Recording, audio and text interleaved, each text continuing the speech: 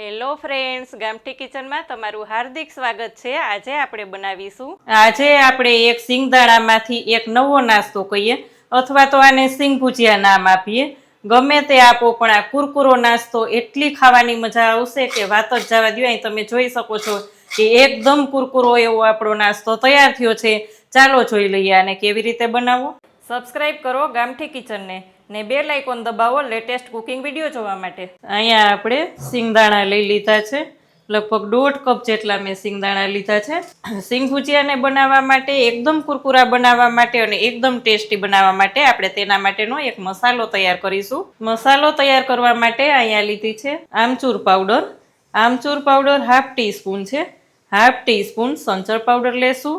આમચૂર powder 1/2 teaspoon લઈ લેશું અને તેમાં જ આપણે 1/2 ટીસ્પૂન લઈ લેશું લાલ મરચું પાવડર અને લઈ લેશું આપણે ગરમ મસાલો। આ બધું જ એકદમ મિક્સ કરી દેશું। અહીંયા આપણે બધું જ મિક્સ કરી દીધું છે। એક આપણે ચાટ મસાલો લીધો છે અને એક આપણે આમચૂર પાવડર લીધો છે, એટલે અહીંયા આપણે બધી જ વસ્તુને મિક્સ કરી દીધું છે। હવે આપણે એક બેસનનો ઘોલ બનાવીશું। અહીંયા આપણે 1 કપ બેસન લીધો છે, તેમાં આપણે લઈ લઈશું સ્વાદ અનુસાર નમક, 1/4 ટીસ્પૂન હળદર પાવડર, 1/2 ટીસ્પૂન લાલ મરચું પાવડર, 1 ટીસ્પૂન ધાણા જીરું પાવડર, ચપટી હિંગ અને છેલ્લે આપણે લઈ લેવાનું છે લીંબુ। 1 મોટા લીંબુનો રસ લઈ લેવાનો।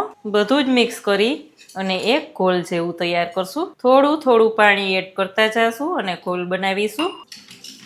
અહીંયા એક પણ લમ્સ ના રહે તે રીતે આપણે ઘોલ તૈયાર કરવાનો છે। ઘોલને આપણે આ જ રીતે તૈયાર કરવાનો છે, વધારે પડતું ઢીલું નથી કરી નાખવાનું અને બહુ કઠણ પણ નથી રાખવાનું। એટલે આ જ રીતે આપણે ઘોલને તૈયાર કરીશું અને એમાં થોડા થોડા સિંગદાણા એડ કરતા જશું। અહીંયા આપણે પેલા બધા જ સિંગદાણા લઈ અને 2 વાર આપણે તળી લેશું। બધા જ સિંગદાણા લઈ લીધા પછી એને કોટ થાય એટલે આપણે થોડીક વાર 10 મિનિટ માટે રેસ્ટ આપવાનું છે અને ત્યાં સુધીમાં આપણે તેલ ગરમ થવા રાખી દઈએ। અહીંયા આપણે તેલ ગરમ થઈ ગયું છે, થોડા થોડા લેતા જાશું અને આ રીતે મૂકતા જાશું અને એકદમ બધું જ મુકાઈ જાય એટલે ગોળ ગોળ આપણે ગમે તે હેન્ડલ જેવું હોય તો એને વડે આમ ઘુમાવી દેશું, જેથી કરીને આપણા બધી જ સિંગના દાણા છૂટા પડી જાય। અહીં મેં તવીથાની મદદથી ગોળ ગોળ ઘુમાવીશું એટલે બધું જ છૂટું છૂટું પડી જશે। એકદમ કડક કુરકુરા થાય એટલે આપણે તેને બહાર લઈ લેવાના છે। હવે લઈ લેશું। જોઈ શકાય છે ફ્રેન્ડ્સ, એકદમ કડક ને એકદમ છૂટા છૂટા આપણા સિંગ ભજીયા તૈયાર થાય છે।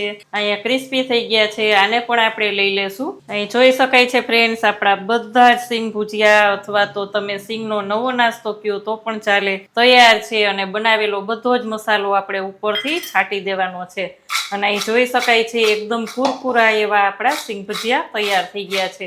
આને આપણે એરટાઇટ કન્ટેનરમાં ભરી અને જ્યાં સુધી ખલાસ ના થાય ત્યાં સુધી બિલકુલ બગડશે નહીં, એટલે આ જ રીતે તમે પણ બનાવો ચોક્કસ અને તમારા રિવ્યૂ મારી સાથે શેર કરો। કેવી લાગી આજની રેસીપી? જો રેસીપી સારી લાગે તો વિડીયોને લાઈક અને શેર કરજો। ચેનલમાં હજી સુધી નવા છો, સબસ્ક્રાઇબ કરીને બેલ આઇકોન પ્રેસ કરો। આવજો ફ્રેન્ડ્સ।